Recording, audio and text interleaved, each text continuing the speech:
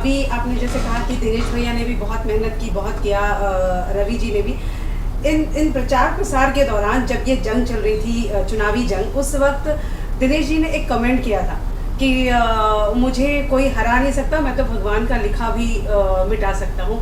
ये आपने भी सुना होगा, ये हर जगह इस वक्त हाँ, मैंने सुना था। तो आप इस कमेंट पे क्या कहना? देखिए, हमारे कहने का मतलब कि देखिए, एक कॉन्फिडेंस होती है और उनका एक कॉन्फिडेंस था क्योंकि जनता के प्रति उनका प्यार बहुत बड़ा है। और दिनेश भैया जब तक रहे भोजपुरी इंडस्ट्री में, अभी भी हैं, और उन्होंने बहुत सारी चीज़ें, मैंने किसी का दिल नहीं दुखाया उन्होंने, और कभी अशब्द बातें किसी से नहीं बोली। भगवान का लिखा, देखिए मैं क्या बोलता हूँ कि रेखा जो होती है ना, रेखा में नहीं लिखा रहता है कि आप प्रधानमंत्री बनेंगे। आपकी मेहनत, आपकी लगन, एक चाय बेचने वाला नरेंद्र मोदी बन सकता है। एक साधु आदमी, आज एक मंत्रालय मिल गया वो सारंगी जी को, मैंने सुना, मैं कल बैठकर भावुक हो गया उनकी चीज़ों को देख के। तो आज जो भी चीज़ें हैं, और जब हम गरीब थे, जब मैं लिट्टी बेचता था, तो दुनिया के नज़र में मेरी अहमियत क्या होगी कि अरे यार ये स्टार थोड़ी बन सकता है, ये फालतू चीज़ें गा रहा है, 2000 की कर रहा है चीज़ें।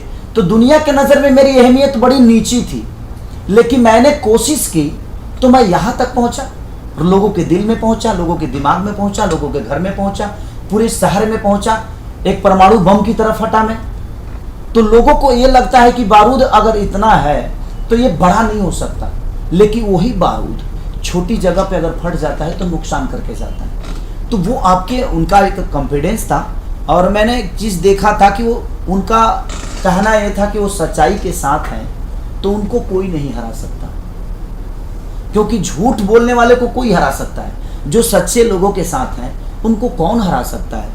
तो उनका कहना ये था, अब उसको प्रेजेंट, भगवान का रेखा को तो मैं भी नहीं मिटा सकता, मैं भी तो ईश्वर का ही दिया वरदान हूँ। ऐसा नहीं कि भगवान का लिखा मैं मिटा सकूं, मैं चाहे जितना भी मेहनत करूं, जो मेरे किस्मत में लिखा है वो तो मुझे मिलेगा। अगर मुझे स्टार बनना था तो मैं मेहनत, ठीक है, मेहनत जरूरी है, संघर्ष आप करेंगे तो कुछ भी पॉसिबल है, लेकिन मेरे कहने का मतलब ये नहीं, जितना पॉसिबल है उतना ही संघर्ष आपको मिलेगा करने के लिए।